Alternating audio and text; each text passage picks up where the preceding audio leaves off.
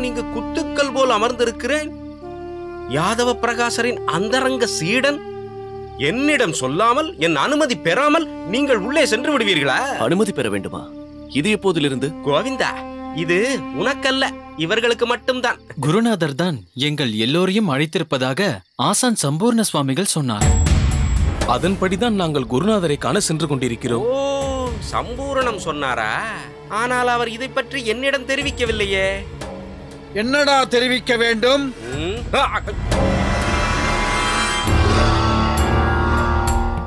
சுவாமி, கைலாசம் என்ன? பொறுத்தருள வேண்டும் குருநாதா. இந்த நேரத்தில் இவர்கள் உங்களை தொந்தரவு செய்ய வேண்டாமே என்றுதான். நான் தான் இவர்களை வரச் சொன்னேன். வித்யார்த்திகளே, ஒரு முக்கியமான விஷயத்தை உங்களுக்கு தெரியப்படுத்தத்தான் இங்கு அழைத்திருக்கிறேன். நாளை மறுதினம் மிக பெரிய வேதாந்த சதஸானது காஞ்சியம்பதியில் வரதராஜ பெருமாள் கோவிலில் நடக்க இருக்கிறது. சுற்றியுள்ள அனைத்து ஊர்களில் இருக்கும் பாடசாலைகளில் இருந்தும் வித்யார்த்திகள் அங்கு வர இருக்கிறார்கள். அவ்வளவு ஏன், நம் தொண்டை மண்டலம் மட்டுமல்ல, அருகிலுள்ள தேசங்களில் இருந்தும் மாணாக்கர்கள் வரப்போகிறார்கள். அதில் பலதரப்பட்ட விவாதங்கள், கேள்விக்கணைகள் தொடுக்கப்படும். ஆனால் அதற்குண்டான பதிலுரைகளை ஆசான்களாக இருப்பவர்கள் தெரிவிக்கப் போவதில்லை. மாணவர்கள்தான் தகுந்த பதில்களை அளிக்க இருக்கிறார்கள். குருநாதா, ஒருவேளை மாணவர்கள் பதில் அளிக்கவில்லை என்றால்? நிச்சயம் நீ பதில் சொல்ல போவதில்லை. உன் திருவாயை கொஞ்சம் மூடு. மாணவர்களே, உங்கள் முழு திறமையையும் வெளிக்காட்ட வேண்டிய தருணம் இது. அதே சமயத்தில் முக்கியமான சில மாணவர்களை மட்டும்தான் நான் இப்போது தேர்ந்தெடுக்க இருக்கிறேன். இந்த சதஸ் முடிந்தவுடன் சிறப்பான திறமையாலும் பாண்டித்ய ஆற்றலாலும் எந்த பாடசாலை உயர்ந்து நிற்கிறதோ அதன் புகழ்தான் வியந்து பேசப்படும். அதன்படி புகழப்பட வேண்டியது என் பாடசாலையாகத்தான் இருக்க வேண்டும். அந்தி சந்தி நடனத்திற்கோ அந்த ஆடல் வல்லான் தில்லை நடராஜன், வேதாந்த பாடத்திற்கோ இந்த யாதவ பிரகாசன் மட்டும்தான் என்று கொண்டாடும்படி இருக்க வேண்டும் உங்களது தனி திறமைகள். புரிந்ததா? புரிந்தது குருதேவா. ஆனால் தாங்கள் யாரை தேர்ந்தெடுக்க இருக்கிறீர்கள் என்றுதான் ஆவலாக இருக்கிறது. சொல்கிறேன். வேத பால பாடத்திற்கு சபேசன்,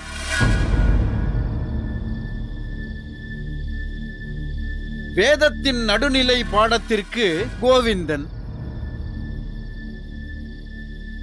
வேதத்தின் உச்சநிலை பாடத்திற்கு ராமானுஜன்.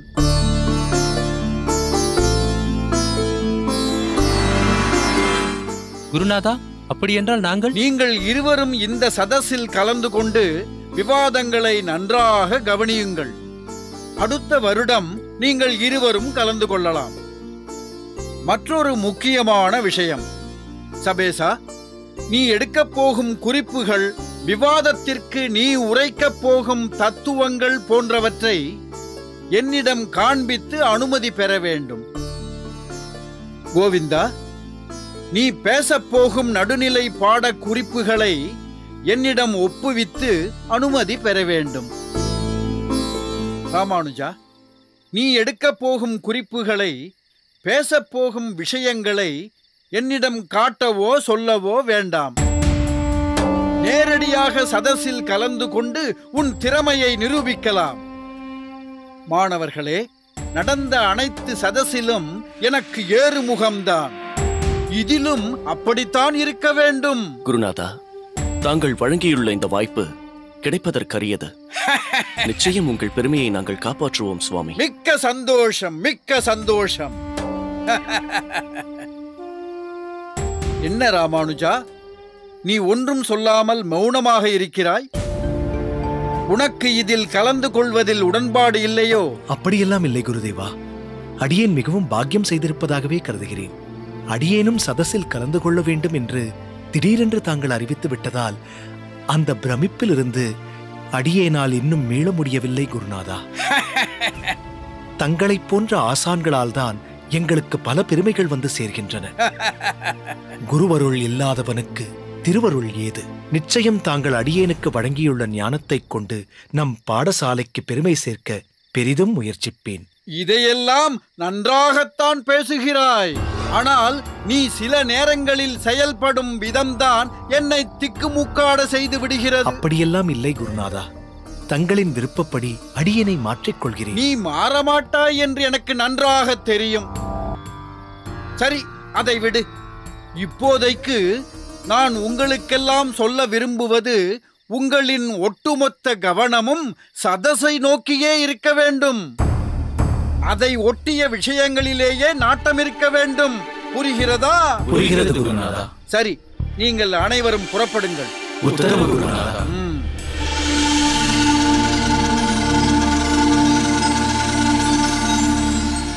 என்ன குருநாதா, இது போன்ற சமயங்களில் மற்றவர்களுக்கு ஆதரவளித்து ராமானுஜனை அடக்கி ஒடுக்கி முடக்கி போடுவீர்கள் என்று பார்த்தால், நீங்களும் அவனுக்கு பிரதானம் கொடுத்து விட்டீர்கள். அவன் பேச போகும் விஷயத்திற்கு சோதனை இல்லாமல் அனுமதி அளித்து விட்டீர்கள். அவன் இல்லை என்றால் தாங்கள் இல்லை என்றல்லவா ஆகிவிட்டது. குருநாதா, இவ்விஷயத்தில் தாங்கள் அவசரப்பட்டு விட்டீர்கள். அடிகட்டின முட்டாளே, நான் சொல்வதை நன்றாக காதை நீட்டி கேள். ராமானுஜனுக்கும் எனக்கும் உள்ள பிரச்சனை இங்குள்ளவர்களுக்கு மட்டும்தான் தெரியும். சதஸில் இருப்பவர்களுக்கு தெரியாது. இன்னொன்று தெரியுமா? சதஸில் தனி திறமையை வெளிக்காட்டி பாடசாலைக்கு வெற்றி தேடி தரப்போவது அந்தந்த பாடசாலையை சேர்ந்த மாணாக்கர்கள், ஆசான்கள் அல்ல. அவ்வகையில் ராமானுஜனின் அறிவின் மூலம் கிடைக்கப் போகும் புகழ் ராமானுஜனுக்கு போய் சேராது, நம் பாடசாலைக்குத்தான் சேரும்.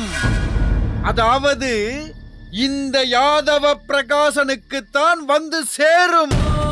அது மட்டுமல்ல, கோவிந்தனின் திறமை எந்த நிலையில் உள்ளது, சபேசனின் திறமை எந்த அளவில் உள்ளது என்பது இந்த யாதவ பிரகாசனுக்கு நன்றாக தெரியும்.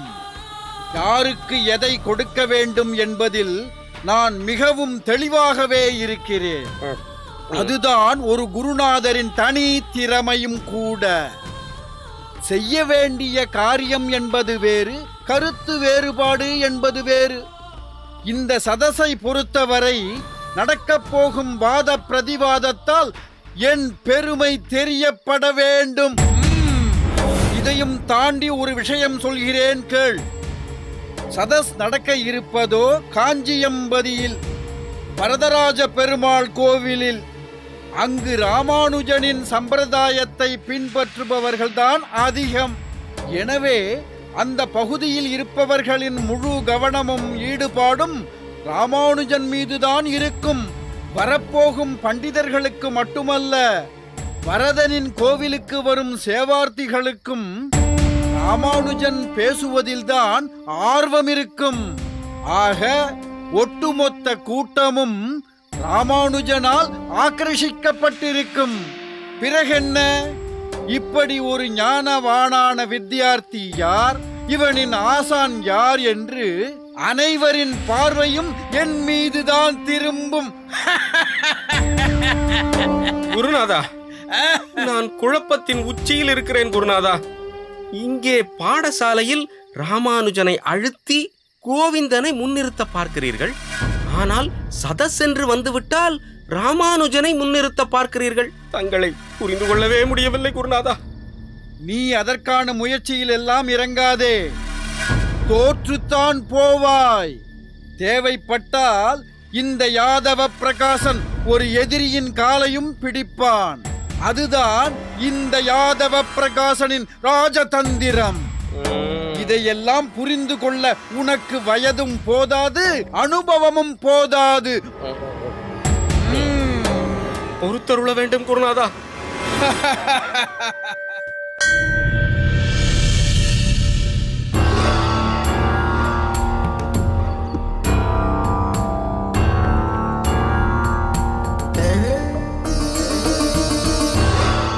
ஐயா, மகா கணம் பொருந்திய வேதாந்த சாகரத்திற்கு அடியேனின் சிரம் தாழ்ந்த வணக்கம். அடியேனை தெரிகிறதா? ஏன் தெரியாமல்? இவ்வூர் பாடசாலையின் பெரும் பண்டிதராயிற்றே. அடியேனை விடுங்கள். ஆஹா, என்ன ஞானம், என்ன புலமை, குரலில் என்ன ஒரு கம்பீரம், வார்த்தைகளில் தெளிவு, வாக்கியங்களை கையாள்வதில் பளிச்சிடும் அறிவு, சபையில் உள்ளவர்களின் மனங்களை ஊடுருவும் பார்வை, அடுத்தடுத்த பிரயோகங்களில் ஒரு கோர்வை, முகத்தில் ஓர் வசீகரம்,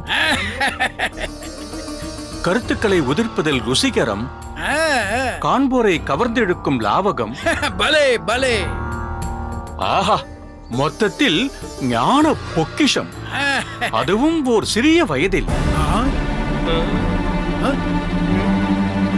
என்ன போய் பண்டிதரே, சிறிய வயதா? நீர் யாரை குறிப்பிடுகிறீர்? ராமானுஜன். ராமானுஜனைத்தான் குறிப்பிட்டேன். அவனையா? இவ்வளவு நேரம் ராமானுஜனையா புகழ்ந்து கொண்டிருந்தீர்? பிறகு எப்பேற்பட்ட சதசு! எத்தனையோ பாடசாலையிலிருந்து மாணாக்கர்கள் வந்திருக்கிறார்கள். சற்றும் அசரவில்லையே ராமானுஜன். கண்டாமணியின் ஓசை போல் கணீர் கணீர் என்று பதிலுரைகளை கொடுத்து கொண்டே இருந்தானே அவன். சாதாரணமாக உபனிஷத் சமஸ்கிருத வார்த்தைக்கு ஒரு அர்த்தம் தமிழில் சொல்வார்கள். அடியேனும் பார்த்திருக்கிறேன், கேள்விப்பட்டும் இருக்கிறேன். இந்த ராமானுஜனோ ஒரு சமஸ்கிருத வார்த்தைக்கு 9 தமிழ் அர்த்தங்கள் சொல்கிறான். திடீர் என்று அவ்வார்த்தைக்கு ஈடான சமஸ்கிருத வார்த்தையே மேற்கோள் காட்டுகிறான். பட்டென்று மணிப்பிரவாளன் அடக்கிப் போகிறான். அப்பப்பா, மொத்தத்தில் ஒரு சிங்கம் போல் சபை நடுவே காட்சி அளித்தானே அந்த ராமானுஜன்.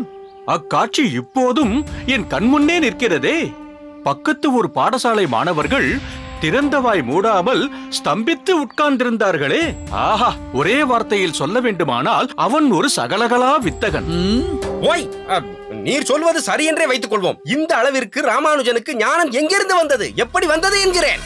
இதோ சிங்கம் போல் அமர்ந்திருக்கிறாரே எங்கள் குருநாதர். இவர் வாரி வழங்கிய நன்கொடைதானே சுவாமி. அதை பெற்றுக் கொண்டுதானே ராமானுஜன் சபையை சுற்றி சுழன்று வந்தான். சரி, அப்படியே இருக்கட்டும்.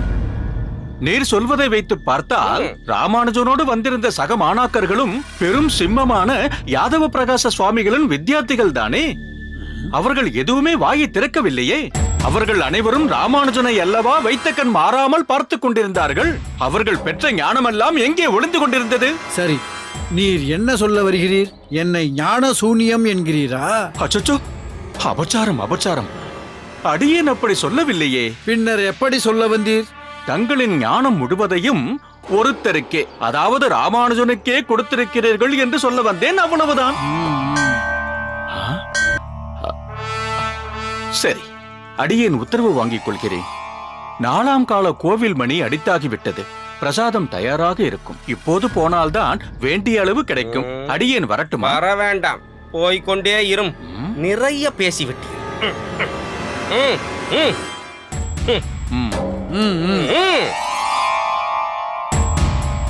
பார்த்தீர்களா குருநாதா, அந்த பண்டிதனின் அதிக பிரசங்கித்தனத்தை? விட்டிருந்தால் இன்று முழுவதும் ராமானுஜன் புராணம் பாடிக்கொண்டிருந்திருப்பான். சரி, அதை விடு. வந்தான், புகழ்ந்தான், சென்று விட்டான். அதற்கென்ன இப்போது? என்ன இப்போதா? அப்போதே சொன்னேன் தங்களிடம், இந்த ராமானுஜனை சதசிற்கு ஏன் அழைத்து போக வேண்டும் என்று. கோவிந்தனே போதும் என்றேன். தாங்கள்தான் இந்த அடியவனின் பேச்சை கேட்கவே இல்லை. பேலியில் போன ஓனானை மடியில் கட்டிக்கொண்ட கதையாயிற்று. சரி, அதற்கு ஏன் புலம்புகிறாய்? என்ன ஆகிவிட்டது இப்போது? பொறுக்க முடியவில்லை குருநாதா, பொறுக்க முடியவில்லை. முயற்சி, பயிற்சி எல்லாம் தங்களுடையது. பெயரும் புகழும் அந்த ராமானுஜனுக்கா? இல்லை குருநாதா, அடியேனால் தாங்கிக் கொள்ள முடியவில்லை. உங்கள் புகழுக்கு ஒரு பங்கம் வந்தால் எப்படி இந்த கைலாசம் பொறுத்துக் கொண்டிருப்பேன்? எனக்கு என்னவோ ராமானுஜனை சதசிற்கு அழைத்து வந்தது சரியாக படவில்லை. எல்லா விஷயத்திலும் ஞானம் இருந்தாலும் இந்த விஷயத்தில் தங்களுக்கு ஞானம் போதவில்லை குருநாதா. அடே அதிக பிரசங்கி, யாருக்கு? இந்த யாதவ பிரகாசருக்கா ஞானம் போதவில்லை? குருநாதா, பொறுத்தருள வேண்டும் குருநாதா. ஆற்றாமையால் சற்று அதிகமாக வார்த்தைகளை கொட்டிவிட்டேன். இருப்பினும் அந்த ராமானுஜனால் தங்களுக்கு இழுக்கு வந்துவிடக்கூடாதே. போதும், எனக்கு ஒரு இழுக்கும் இல்லை. அந்த பண்டிதன் என் மாணாக்கன் ராமானுஜனை புகழ்ந்ததால் அந்த பெருமை முழுவதும் எனக்குத்தானடா. ஒன்றை புரிந்து கொள், அந்த பண்டிதன் சொன்னது ஒரு பக்கம் இருக்கட்டும், அந்த சதஸை நானும் உற்று பார்த்தபடிதான் இருந்தேன். உண்மையிலேயே அந்த ராமானுஜன் ஞானம் உள்ளவன்தான். நான் சொல்லிக் கொடுத்ததை ஒன்று சொல்வான் என்று எதிர்பார்த்தால் அவன் 9 சொல்கிறானடா. ஏதோ ஒரு சக்தி அவனிடம் இருக்கத்தான் செய்கிறது. கண நேரத்தில் ஒட்டுமொத்த கூட்டத்தையும் கட்டி போட்டு விட்டானே அந்த ராமானுஜன் என்ற வித்தகன். அது மட்டுமல்ல, அவனுடைய கீர்த்தி இந்த யாதவனின் ஞானத்துடன் சேர்த்தி. புரியவில்லை? அந்த ராமானுஜன் யார்? இந்த யாதவ பிரகாசனின் சீடனாயிற்றே என்ற மகுடமானது எனக்கு தானடா வரப்போகிறது. நன்கு கவனத்தில் வைத்துக்கொள். எத்தனையோ சதஸ்களில் பார்த்திருக்கிறேன். முதலில் கூடிய கூட்டம் கடைசி வரை இருக்காது. ஆனால் இங்கு நடந்தது அப்படி அல்ல. ஆரம்பத்திலிருந்து முடிவு வரை பார்க்க வந்தவர்கள் ஒருத்தர் கூட கலைந்து போகவில்லை. நீ நம்பினாலும் நம்பாவிட்டாலும் நான் ஒன்று சொல்வேன். கோவிந்தன் மாமணிதான். சபேசன் அவனை விட சற்று ஞானம் குறைந்தவன்தான் என்றாலும் ஏற்புடையவன்தான். இருப்பினும் ராமானுஜன் இருக்கிறானே, அவன் அனைவரையும் விட உச்சத்தில் உயர்ந்து நிற்பவன். அதனால்தான் தம்பி கோவிந்தனை கொண்டே ராமானுஜனை என் வசம் இழுக்க பார்க்கிறான். இதையெல்லாம் நீ உணர மாட்டாய். உங்களை புரிந்து கொள்ளவே முடியவில்லை குருநாதா. அன்று ஒன்றை சொன்னீர்கள், இன்று அதையே வேறு விதமாக சொல்கிறீர்கள். மொத்தத்தில் என் தலை சுற்றி என் முதுகை நானே பார்த்துக் கொள்வேன் போல இருக்கிறதே. பார்த்துக்கொள், நன்றாக பார்த்துக்கொள். ஆனால் எப்படி பார்த்தாலும் இந்த யாதவ பிரகாசனை புரிந்து கொள்ள எவருக்கும் ஞானம் போதாது. சரி, நீ இன்னும் செல்லவில்லை. எங்கு குருநாதா? 4ஆம் கால கோயில் மணியோசை அடித்து விட்டது. பிரசாதம் ஸ்வீகரிக்க போகிறேன் என்று அந்த பண்டிதன் போகிறானே அங்கு. 3ஆம் கால மணி அடித்த உடனேயே எனக்கு ஆகிவிட்டது குருநாதா. பண்டிதர் சதஸ் முடிந்து சாப்பிட போகிறார். அடியேன் போஜனம் முடித்து விட்டுத்தான் சதஸிற்கு வந்தேன். எக்காலத்திலும் நீ மாறவே மாட்டாய். சரி, வா போகலாம். அதுதான் ஆகிவிட்டது என்றேனே. உனக்கு ஆகிவிட்டது, எனக்கு ஆக வேண்டாமா? வா என்னோடு.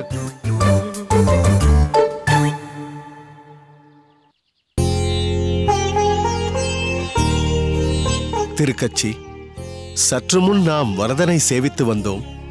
அந்த சுந்தர வரதனின் அழகு இன்னும் நிழலாடியபடியே இருக்கிறது. எத்தனை முறை சேவித்தாலும் தெவிட்டாத அமுதமன்றோ அவன். வருவோரை வா வா என்று அழைப்பது போலவே தன் கரத்தை வரதன் வைத்திருப்பதாக அடியேனுக்கு தோன்றுகிறது. என்னிடம் சரணடைந்தால் போதும், நான் உன்னை அனைத்து பாவங்களிலிருந்தும் விடுவிக்கிறேன் என்பது போலல்லவா வரதன் காட்சி அளிக்கிறார். சுவாமி, தாங்கள் அந்த பேரருளாளனை அனுபவிக்கும் பாங்கே தனி. தங்களின் லைப்பை எப்படி வர்ணிப்பதென்றே புரியவில்லை. வரதனின் பிரசன்னமான திருமுக மண்டலம், சங்கு, சக்கரம், கதாபத்மம் என தன் திவ்ய ஆயுதங்களை கைகொண்டிருக்கும் அழகு சிறப்பு என்றால், நீ அவனுக்கு அணிவித்திருக்கும் பூமாலையோ இன்னும் அழகாய் வரதனை ஜொலிக்க செய்கிறது. நீ எவ்வளவு பெரிய சேவையை செய்து கொண்டிருக்கிறாய். மாதவனுக்கு பிடித்தமான மல்லிகை, முல்லை, ஜாதி புஷ்பம், செந்தாமரை, செவ்வந்தி, இவற்றோடு அவனுக்கு மிகவும் பிரியமான திருத்துழாயான துளசியையும் சேர்த்து நெருக்கித் தொடுத்த பெரிய மாலை. அதை நீ பாசுரம் பாடியபடியே தொடுத்ததால் அதில் உண்டாகியிருக்கும் ஆன்மீக மனம். நீ பெரும் பாக்கியத்தை பெற்றிருக்கிறாய் திருக்கச்சி. அங்கு திருமலைக்காட்டில் சேவை சாதிக்கும் திருவேங்கடமுடையான் ஸ்ரீனிவாசனுக்கு ஒரு திருமலை நம்பி, இங்கு எழில்மிகு காஞ்சியம்பதிக்கு திருக்கச்சி நம்பி, உங்களால் அடியேனும் பேறு பெற்றேன். சுவாமி, தங்களால் அன்றோ இந்த கடையேனுக்கும் பேரு. இப்படி ஒரு சேவையை செய்ய வைத்ததே தங்களின் கருணை என்றோ சுவாமி. இந்த கடையேனை பற்றி அன்று இந்த வரதனிடம் தாங்கள் விண்ணப்பம் செய்ததால் அன்றோ அந்த வரதனும் அடியேனிடம் சம்பாஷிக்கிறான். திருக்கச்சி, அடியேன் ஒன்றும் பெரிதாக செய்ததாக கருதவில்லை. இவன் என்னுடையவன், என் பக்தன், என் சேவகன் என்ற முடிவை அந்த வரதனே எடுக்கிறான். அப்படி அவன் உன்னை தேர்ந்தெடுத்திருக்கிறான். உன் ஆலவட்ட கைங்கரியத்தால் தான் அக்னி ஜுவாலையிலிருந்து வெளிப்பட்டாலும் குளிர்ந்து காணப்படுகிறான். அனைவரையும் கடாட்சிக்கிறான். கருணாமூர்த்தியான வரதனிடம் யாசிக்கும் பக்தர்களுக்கு வேண்டிய வரத்தை அருள்பவனாக அன்றோ அவன் பெயரையும் தாங்கி நிற்கிறான். இன்று எப்பேற்பட்ட ஒரு சேவையை அவன் இந்த அடியவனுக்கு அருளிவிட்டான். சுவாமி, தாங்கள் சொல்வதை வைத்து பார்க்கும்போது அத்திகிரி அருளாளனை ஆச்சாரியர் மனமுகந்து சேவித்தீர் என்பதை அடியேனால் உணர முடிகிறது சுவாமி. சேவித்தேன். புண்டரிகாட்சனை அகம் குளிர சேவித்தேன். கைப்படைத்த பயனாய் கைகூப்பி சேவித்தேன். கோடி சூரிய பிரகாசனான வரதனை, அமரர்கள் தலைவனை, அத்தியூரானை, மறைதேடும் மூர்த்தியை, சத்தியவிரத கஷேத்திர கஜேந்திர வரதனை பாதாதிகேசம் சேவித்தேன். கண்குளிர தரிசித்தேன். அவ்வகையில் மற்றொரு தரிசனமும் ஆக வேண்டியுள்ளது. அதையும் இவ்வரதன் அனுகிரகிக்க வேண்டும். காஞ்சி வந்ததின் ஒரு அபிலாஷை பூர்த்தியாகிவிட்டது. இனி இன்னொரு அபிலாஷை பூர்த்தியாக வேண்டும். வரதனை தரிசித்தது போலவே அடியேன் ஒருவரை பார்க்க ஆவல் கொண்டல்லவா இங்கு வந்திருக்கிறேன். ஏன் புன்னகைக்கிறாய் திருக்கச்சி? தெரியும் சுவாமி, தங்களுக்கு இதுநாள் வரை வரதனை சேவிக்க வேண்டும் என்ற அபிலாஷை இல்லாமல் இருந்திருக்குமா? அல்லது வரதனுக்குத்தான் தங்களை இங்கு வரவழைத்து கடாட்சிக்க வேண்டும் என்ற சிந்தை இல்லாமல் போயிருக்குமா? அப்படி பார்த்தால் காஞ்சியம்பதிக்கு தாங்கள் வரதனை சேவிக்க வந்திருப்பதில் எந்த ஆச்சரியமும் இல்லை சுவாமி. ஆனால் மற்றொரு விஷயத்தை அன்று ஸ்ரீரங்கத்தில் அடியேனை அழைத்து தாங்கள் சம்பாஷித்து குறிப்பிட்டீர்களே, ஒருவனை காண வேண்டும் என்றும் அந்த ஆசைதான் தற்போது தங்களின் திருவுள்ளத்தில் ஆழ வேரூன்றி இருக்கிறது என்றும் சொன்னீர்களே, அதை நிறைவேற்றிக் கொள்ளத்தான் காஞ்சியம்பதி வரையிலான நெடுந்தூர பயணத்தை தாங்கள் செய்திருக்கிறீர்கள் என்பதை இந்த அடியவனால் உணர முடிகிறது சுவாமி. யாரை காண வந்திருக்கிறீர்கள் என்பதையும் அடியேன் உணர்ந்து வைத்திருக்கிறேன் சுவாமி. யார்? ராமானுஜன்.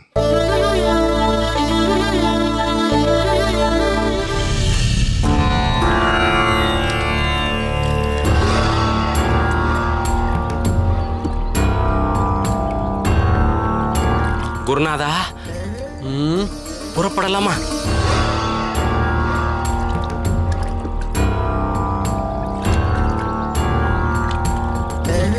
புறப்படலாம், புறப்படலாம். ஏன் இந்த அவசரம்? நாளை புறப்படலாம் என்று இருந்தேன்.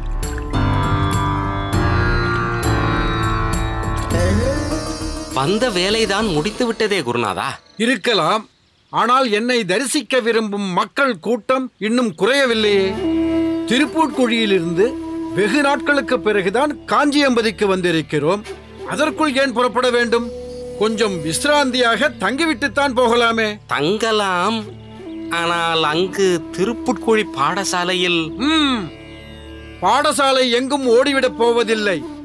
சம்பூர்ணம் தான் பாதுகாவலாக அங்கு இருக்கிறாரே. பிறகென்ன? தினம் தினம் பார்த்து பழக்கப்பட்ட சூழ்நிலைதான் திருப்பூட்குழியில்.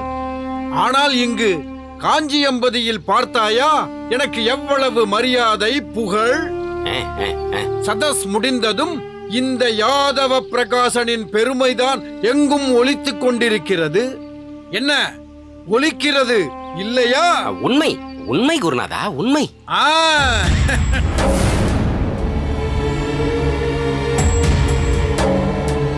பக்கத்து ஊர்களில் உள்ள பாடசாலை மாணாக்கர்களும் என்னிடம் பாடம் பயில ஆவலாக இருக்கிறார்கள்.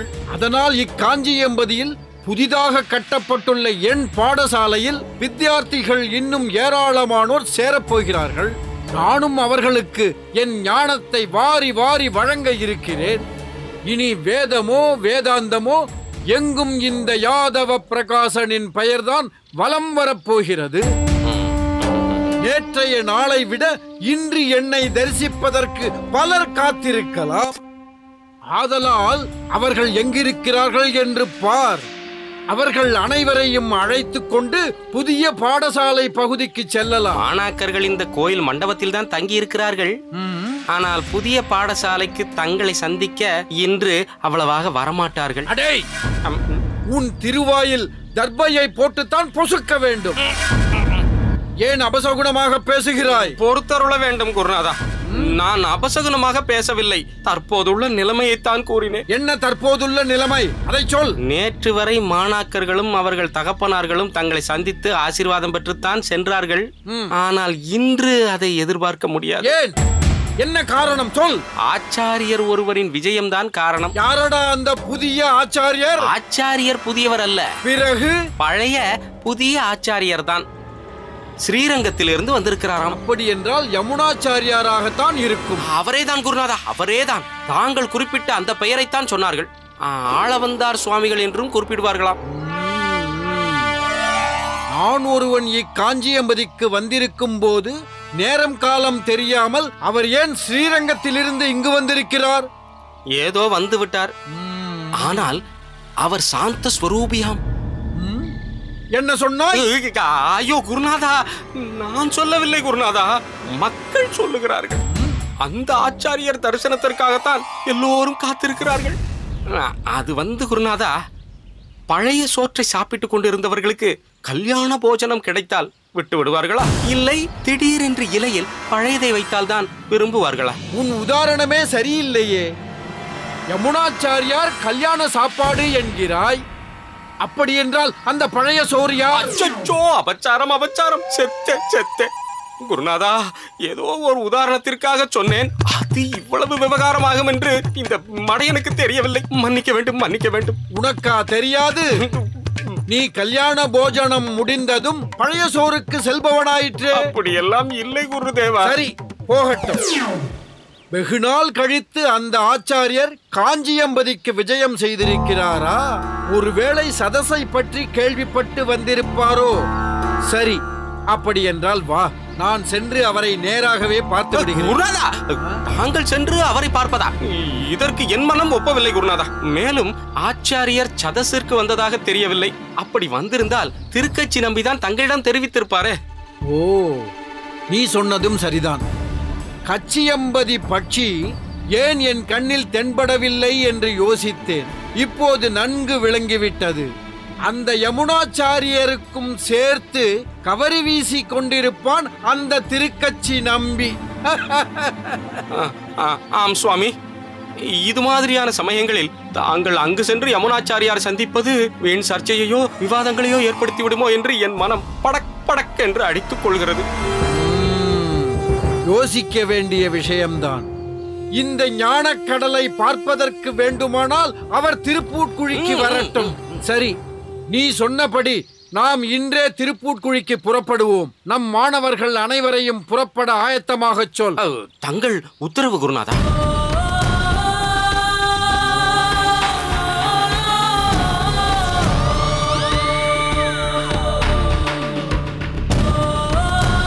யமுனாச்சாரியர்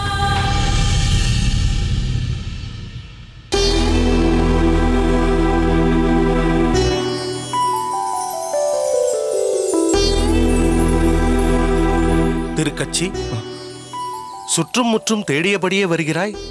உன் முகம் வேறு மாற்றம் கண்டுள்ளது. ஒன்றுமில்லை சுவாமி.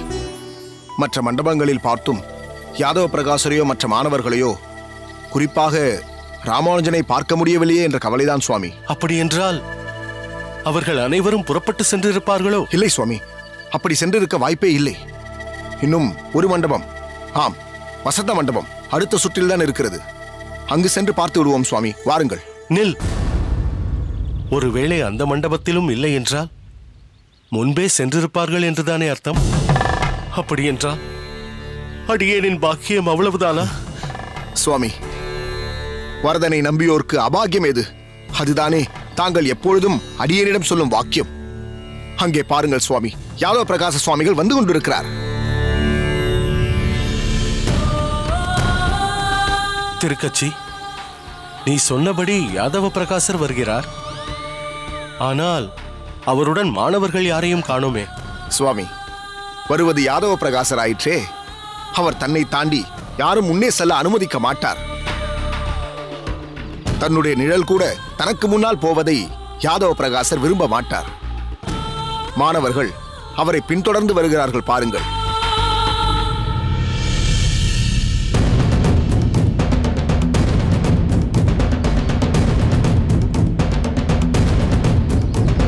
இல்லையே, இதில் ராமானுஜன் இல்லையே.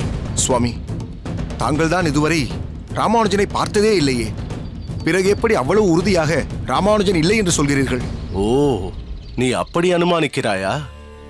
எத்தனை பேர் ராமானுஜனை பற்றி விவரித்திருக்கிறார்கள். அவனது தனித்தன்மையையும் பேசியிருக்கிறார்கள்.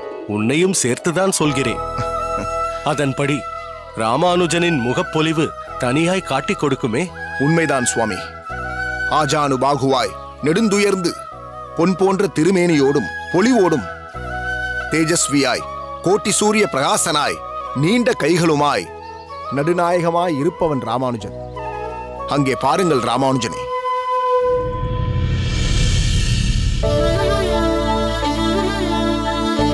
அவனே ராமானுஜன்.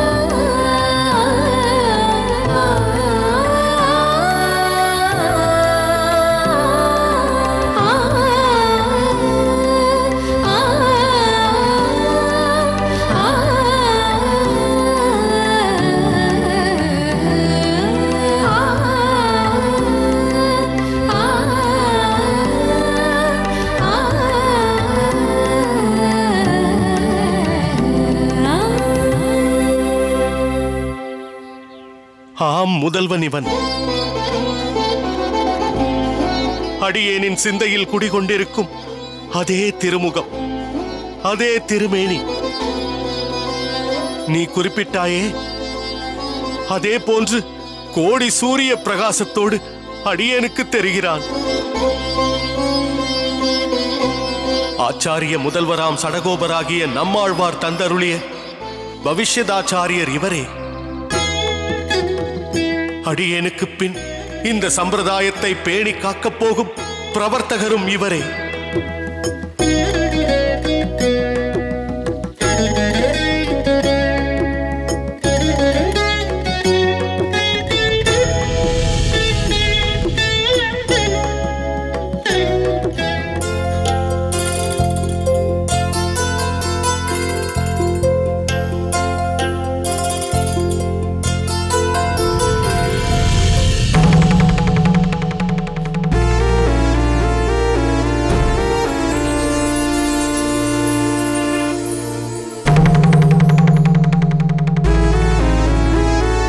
கோவிந்தா, அப்பா, என்ன பரபரப்பாக மூட்டை கட்டி கொண்டிருக்கிறாய்? இவை அனைத்தும் என்னுடைய பொருட்கள் தானப்பா. என் பெயர் என்ன தெரியுமா கோவிந்தா? தயங்காதே, சொல். கமல நாயனார். அப்படி என்றால் என்ன பொருள்? தாமரை போன்று நன்கு மலர்ந்த கண்கள் உடையவன் என்று பொருள். இப்போது எதற்காகப்பா இதை சொல்கிறீர்கள்? பிறகு எனக்கு கண்கள் தெளிவாக தெரிகிறது என்பது உனக்கு தெரிய வேண்டாமா? அதற்காகத்தான் சொன்னேன். உன் சம்பந்தப்பட்ட பொருட்களையும் வஸ்திரங்களையும் தான் எடுத்து வைத்துக் கொள்கிறாய் என்பது என் 2 கண்களுக்கும் நன்றாக தெரிகிறது. இதையெல்லாம் எதற்கு அவசர அவசரமாக மூட்டை கட்டி கொண்டிருக்கிறாய் என்றுதான் கேட்டேன். நான் புறப்பட வேண்டும் அல்லவா? ஓ, தூரதேச யாத்திரை ஏதாவது போக போகிறாயா? தூரதேசமா? ஆமாம், நானும் காலையிலிருந்து பார்க்கிறேன். எதையோ எடுத்து வந்து மூட்டையின் அளவை பெரிதுபடுத்திக் கொண்டே போகிறாய். மூட்டை பெரிதானா தூரதேசம் போகிறேன் என்று அர்த்தமா? உன்னை நம்ப முடியாதடா. உன் குருநாதர் யாதவ பிரகாசர் அப்படிப்பட்டவர். அவர் உன்னை தோள் மேல் வைத்துக் கொண்டு கொண்டாடுகிறார் என்றால் நீ அவரை தலைமேல் வைத்துக் கொண்டு கூத்தாடுகிறாய். அவருடைய கைப்பாவையாக நீ மாறிவிட்டாய். அதனால் எப்பொழுது என்ன செய்வாய் என்று யாராலும் சொல்ல முடியாது. பிறகு என்ன? அவர் காசி யாத்திரைக்கு சென்றால் நீயும் அவரது அடியொற்றியாக பாதுகைகளை தாங்கிக் கொண்டு காசி யாத்திரைக்கு சென்றாலும் ஆச்சரியப்படுவதற்கு ஒன்றும் இல்லை. நீங்களாக ஏதாவது கற்பனை செய்து கொண்டு பேசாதீர்கள் அப்பா. அடியேன் ஒன்றும் அப்படி செல்லவில்லை. இப்பொழுது செல்லவில்லை. ஆனால் உன் குருநாதர் சொன்னால் நீ அதை மறுக்க போவதும் இல்லை. நிச்சயம் ஒரு நாள் நீ போகத்தான் போகிறாய். ஒருவேளை குருநாதர் அழைத்தால் வரமாட்டேன் என்றா சொல்ல முடியும்? தாராளமாக போ. ஆனால் திரும்பி அகத்திற்கு வரும்போது காவி மட்டும் உடுத்தி கொண்டு இங்கு வந்து நின்று விடாதே. உன்னை நினைத்தாலே பயமாக இருக்கிறது. நீ எப்போது எதை செய்வாய் என்று கலக்கமாக இருக்கிறது. போதும். ஏன் இப்படி அபசகுணமாக பேசுகிறீர்கள்? இவனே வந்ததிலிருந்து பல குழப்பங்களை மனதில் போட்டுக்கொண்டு முற்றத்தில் அமர்ந்து கொண்டு உத்திரத்தையே பார்த்து கொண்டிருக்கிறான். இவன் மனதில் என்ன ஓடுகிறது, ஏது ஓடுகிறது என்று புரியாமல் நானே தவித்து போயிருக்கிறேன். இந்த நேரத்தில் நீங்கள் வேறு காவி அது இது என்று சொன்னீர்கள் என்றால் அவ்வளவுதான். இவனும் நீங்கள் சொன்னதை மனதில் அப்படியே பதிய வைத்துக் கொள்வான். அது சரி. நான் சொல்வதை உன் மகன் அப்படியே கேட்டு நடப்பவன் போலவும், இவன் மாற்றத்திற்கே நான் தான் காரணம் என்பது போலவா நீ பேசிக் கொண்டிருக்கிறாய்? நான் சொல்லிதான் இவன் காவி உடுத்திக் கொள்வான் என்பதில்லை. ஒருவேளை இவன் காவி உடுத்த நினைத்து நான் அதை மறுத்தால் இவன் நிச்சயம் அதை காதில் வாங்கிக் கொள்ள போவதும் இல்லை. போதும், இத்தோடு இந்த பேச்சை விட்டு விடுங்கள். நீ சொல்வதும் சரிதான். கோவிந்தா, நான் கேட்ட கேள்விக்கு நீ இன்னும் பதில் சொல்லவே இல்லை. நீ எங்கு செல்ல மூட்டை கட்டுகிறாய்? திருப்புட்குழிக்கு செல்லத்தான் ஆயத்தப்படுத்திக் கொண்டிருக்கிறேன். திருப்புட்குழிக்கா? எதற்கு? இது என்னப்பா கேள்வி? திருப்புட்குழி பாடசாலைக்கு வித்தியை கற்பதற்கு அடியேன் போவது வாடிக்கைதானே? உன் வாடிக்கையான விஷயங்களை நான் அப்படியே வேடிக்கை பார்த்து கொண்டிருப்பேன் என்று நினைத்தாயோ? திருப்புட்குழிக்கு போவது சரிதான்.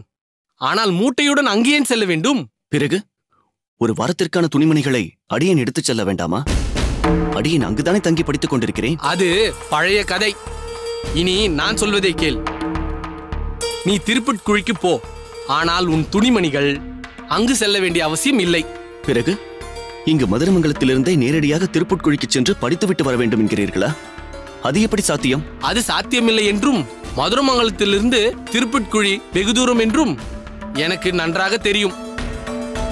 அதனால் நான் அதை சொல்ல வரவில்லை. வேறு எங்கிருந்து செல்ல வேண்டும் என்கிறீர்கள்? காஞ்சிபுரத்தில் தங்கிக் கொண்டு திருப்புட்குழிக்கு செல் என்கிறேன். அப்பா, அடியேன் சொல்வதை தயவு செய்து புரிந்து கொள்ளுங்கள். காஞ்சிபுரத்தில் திருக்கச்சி நம்பி சுவாமிகள் மடத்திலிருந்து திருப்புட்குழிக்கு சென்று வருவதில் சில சிக்கல்கள் இருக்கிறது. சிக்கல் யாருக்கு? உனக்கா அல்லது திருக்கச்சி நம்பி சுவாமிகளுக்கா? சரி, அது போகட்டும். இனி நீ காஞ்சிபுரத்தில் மடத்தில் தங்க வேண்டாம். அகத்தில் தங்கியபடி பாடசாலைக்கு செல்லலாம். அகத்திலா? யார் அகத்தில்? ராமானுஜனின் அகத்தில். காஞ்சிபுரத்தில் தானே உன் பெரியம்மா காந்திமதியும் இருக்கிறார். நீ அங்கு தங்கிக் கொண்டு அங்கிருந்து திருப்புட்குழிக்கு செல். என்னப்பா நீங்கள் மாற்றி மாற்றி ஏதேதோ பேசிக் கொண்டிருக்கிறீர்கள். யார் யார் மாற்றி பேசுவது? யார் மாறி நடப்பது? உனக்கு வேண்டுமென்றால் இந்த வார்த்தைகள் நன்றாக பொருந்தும். முன்பு மயூரவண்ணன் சுவாமிகளிடம் சென்று ராமானுஜன் அங்குதான் படிக்கிறான், நானும் அவனுடனே படிக்கிறேன் என்று ஸ்ரீபெரும்புதூருக்கு சென்றாய். பிறகு திருப்புட்குழிக்கு அண்ணா செல்கிறான், நானும் அங்கு சென்றுதான் படிப்பேன் என்றாய். நானும் உன்னை அங்கு கொண்டு சென்று சேர்த்து விட்டேன். காஞ்சியில் திருக்கச்சி நம்பி சுவாமிகள் மடத்தில் தங்கி ராமானுஜனோடு திருப்புட்குழி சென்று படித்தவன் பிறகு அங்கிருந்து மாறி திருப்புட்குழியிலே தங்கும்படி மனதை மாற்றிக்கொண்டாய். இப்படி மாறி மாறி நடந்து கொள்வது நீயா அல்லது நானா? இன்னும் உன் பல மாற்றங்களை என்னால் பட்டியலிட்டு சொல்ல முடியும். அப்பா, கோபப்படாமல் அடியேன் சொல்வதை சற்று கேளுங்கள். அடியேன் திருப்புட்குழியிலேயே என் ஆசானுக்கு அருகிலேயே தங்கினால்தான் பல சந்தேகங்களை கேட்டு தெளிவு பெற முடியும். அதனால்தான் திருப்புட்குழியிலேயே தங்குகிறேன் என்று சொல்கிறேன். தேவையில்லை. மற்ற மாணவர்கள் என்ன தெரிந்து கொள்கிறார்களோ அதை நீ தெரிந்து கொண்டால் போதும். முக்கியமாக ராமானுஜன் என்ன தெரிந்து கொள்கிறானோ அதை மட்டும் நீ தெரிந்து கொண்டால் போதும். என்ன புரிகிறதா? அப்பா, அடியேன் என்ன சொல்ல வருகிறேன் என்றால், உன் விளக்கம் ஏதும் எங்களுக்கு தேவையில்லை. எல்லாவற்றையும் உன் விருப்பப்படியே செய்து கொண்டிருக்க முடியாது. உன் அப்பா சொன்னவை அனைத்திலும் நியாயம் இருக்கிறது. நீ அப்படியே செய். மேலும் பெரியம்மா பெரியப்பாவை இழந்த மனோவியாகுலத்தில் இருக்கிறார். நீ அங்கு சென்று தங்கினால் சற்று அதிலிருந்து விடுபட்டு சகஜ நிலைக்கு மாறுவார். அது மட்டுமல்ல, நீயும் அவர்களுக்கு கூடமாட ஒத்தாசையாக இருக்கலாம். அகத்தில் அமுது செய்வதால் உன் தேக ஆரோக்கியமும் நன்றாக இருக்கும். எப்படி பார்த்தாலும் நீ காஞ்சிபுரத்தில் பெரியமாகத்தில் தங்கிக் கொண்டு அங்கிருந்து திருப்புட்குழிக்கு செல்வதுதான் சரியாக இருக்கும். என்னம்மா இது? நீங்களும் அப்பா சொல்வதை போல் அதையே சொல்கிறீர்கள். அடியேன் திருப்புட்குழியிலே தங்கிக் கொள்கிறேன் அம்மா. கோவிந்தா, இறுதியாக ஏன் உறுதியாக சொல்கிறேன், நீ காஞ்சிபுரத்தில் பெரியம்மாகத்தில் தங்கிக் கொண்டுதான் நீ பாடசாலைக்கு சென்று வர வேண்டும். இல்லை, நான் திருப்புட்குழியிலே தான் தங்குவேன் என்று நீ சொன்னால் உனக்கு அப்படிப்பட்ட படிப்பே தேவையில்லை, நிறுத்தி விடுவேன். நாளையிலிருந்து நீ என்னோடு யாகத்திற்கு வந்து சடங்குகளை கற்றுக்கொள். என்னப்பா சொல்கிறீர்கள்? இதுதான் என் முடிவு. என்னோடு யாகத்திற்கு வரப்போகிறாயா அல்லது ராமானுஜனின் அகத்தில் தங்கி பாடசாலைக்கு போக போகிறாயா? நீதான் முடிவு செய்ய வேண்டும். அம்மா,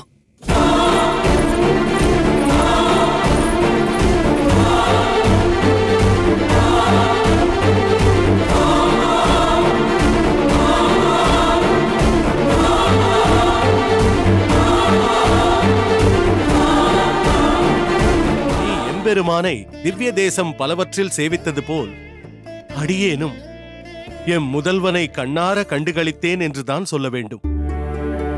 அது மட்டுமல்ல, முன்பு சொன்னேனே, அடியேனின் 3 அபிலாஷைகள், அதுவும் நிறைவேறப் போகும் காலம் நெருங்கி வந்துவிட்டது என்றே சொல்ல வேண்டும். அதை நிறைவேற்றப் போகும் சம்பிரதாய பிரவர்த்தகர் யார் என்பதும் அடையாளம் காட்டப்பட்டு விட்டது. தாங்கள் என்ன சொல்கிறீர்கள் சுவாமி?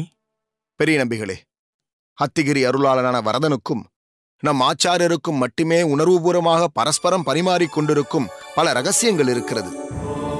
அதை நம்மால் எப்படி உணர்ந்து கொள்ள முடியும்? அதை யார் அறிவார்? என்ன திருக்கட்சி, உனக்கு உணர்த்தாததையா அடியேனுக்கு உணர்த்தப் போகிறான் அந்த வரதன்? சுவாமி, அடியேனுக்கும் வரதனுக்கும் உள்ள உறவு ஒரு விதம், ஒரு நிலை. ஆனால் உங்களுக்கும் வரதனுக்கும் உள்ள உறவு வேறு விதம், வேறு நிலை. தங்களிடம் அப்பேரருளாளன் பல பொறுப்புகளை ஒப்படைத்திருக்கிறார். அதன்படி தாங்கள் இந்த வரதனுக்கும் அந்த அரங்கனுக்கும் அந்தரங்க காரியதர்சியாக, நடக்கப் போவதை அறியும் தீர்க்கதரிசியாகவும் திகழ்ந்து கொண்டிருக்கிறீர்கள். அதனால் ஏதோ ஒரு முக்கியமான காரியத்தை அந்த வரதன் மிகவும் ரகசியமாக உங்களிடம் ஒப்படைத்திருக்கிறான் என்பது மட்டும் திண்ணம். உண்மைதான். கஜேந்திரதாசனான நீ சொன்னது போல் அந்த கஜேந்திர வரதனும் சில பொறுப்புகளை அடியேனிடம் ஒப்படைத்துத்தான் இருக்கிறான். அதன் பொருட்டு சில பொறுப்புகளை உன்னிடமும் பெரிய நம்பியிடமும் ஒப்படைக்கப் போகிறேன். அது என்ன சுவாமி? இக்காஞ்சியில் வசித்தும் திருப்புட்குழி பாடசாலையில் பல பாடங்களை வாசித்தும் வருகிறானே ராமானுஜன், அக்குழந்தை ஓர் ஒப்பற்ற சீலன், எதிர்கால சம்பிரதாய பிரவர்த்தகன், விலைமதிப்பில்லாத பொக்கிஷம். அவனை போற்றி பேணி காக்க வேண்டியது உங்கள் இருவரது பொறுப்பு. அவனது எந்த நிலையிலும் தொய்வு ஏற்படா வண்ணம் உத்வேகத்தை கொடுத்து குன்றின் மேலே இடப்பட்ட விளக்காக பிரகாசிக்கச் செய்ய வேண்டியது உங்கள் இருவரின் கடமை. நம் சம்பிரதாயத்திற்கோர் குலமணியாக அவனை நீங்கள்தான் திகழ வைக்க வேண்டும். தற்போதும் அவன் ஸ்ரீ வைஷ்ணவ சம்பிரதாய சிரேஷ்டனாகத்தான் பரிமளித்துக் கொண்டிருக்கிறான் சுவாமி. இருக்கலாம், ஆனால் அது அவன் இறுதி நிலை இல்லை.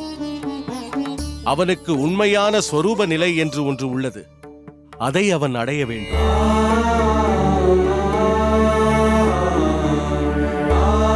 நம் ஸ்ரீ வைஷ்ணவ சித்தாந்தமும் சம்பிரதாய தத்துவ விசாரங்களும் உங்களின் மூலம் தகுந்த நேரத்தில் ராமானுஜனுக்கு போதிக்கப்பட வேண்டும். அது மிக மிக அவசியமும் கூட. திருக்கட்சி நம்பி, ராமானுஜன் இங்கு காஞ்சியம்பதியில் வசிக்கும் வரை நீதான் அவனுக்கு காப்பு. காலம் பல உருண்டோடிய பின் இதே ராமானுஜன் ஸ்ரீரங்கம் புகும் சூழ்நிலை உருவாகும் பொழுது பெரிய நம்பி, நீதான் அவனுக்கு ரக்ஷை. இதை நன்கு மனதில் பதிய வைத்துக் கொள்ளுங்கள். அவனது ஒவ்வொரு நிலை வளர்ச்சிக்கும் உங்களது பங்கு மிக மிக முக்கியம். சுவாமி, தாங்கள் பின்னால் என்றோ நடக்கப் போவதை இன்றே உங்கள் மனக்கண்ணால் தரிசிப்பவர். எங்களால் சில காரியங்கள், அனுகூலங்கள் ராமானுஜனுக்கு செய்யப்பட வேண்டுமென்றால் அதற்கான நல்லறிவையும் மனோ வலிமையையும் சக்தியையும் எங்களின் ஆச்சாரியரான தாங்களே எங்களுக்கு தந்தருள வேண்டும் சுவாமி. நிச்சயமாக அடியேனின் அனுகிரகம் சிஷ்யர்களான உங்கள் அனைவருக்கும் எப்பொழுதும் உண்டு. அடியேனுடைய சிஷ்யர்கள் ஒவ்வொருவரும் ஒவ்வொரு சத் விஷயார்த்தங்களை ராமானுஜனுக்கு போதிக்கப் போகிறீர்கள். அப்படி உங்களுக்கு கொடுக்கப்பட்ட பொறுப்புகளின்படி சில சிஷ்யர்கள் ராமானுஜன் யாசித்தவுடன் சற்றும் தாமதிக்காமல் கொடுத்து விடுவார்கள். ஆனால் சிலர் ஆராய்ந்து சோதித்து தகுந்த சமயத்தில் தமக்கு எப்போது சரியென்று பட்டதோ அப்போது தத்துவ விளக்கங்களை ராமானுஜனுக்கு போதிப்பார்கள். எது எப்படியாக இருந்தாலும் அதன் மூலம் ராமானுஜனின் மகத்துவம் எல்லோருக்கும் தெரியப் போகிறது. ஏன், இவ்வுலகம் முழுவதும் அவனுடைய கீர்த்தி பெருகப் போகிறது. அதற்கு நீங்கள் எல்லோரும் சம்பிரதாய தூண்களாக இருந்து ராமானுஜன் என்ற பீடத்தை தாங்கி பிடிக்க வேண்டும்.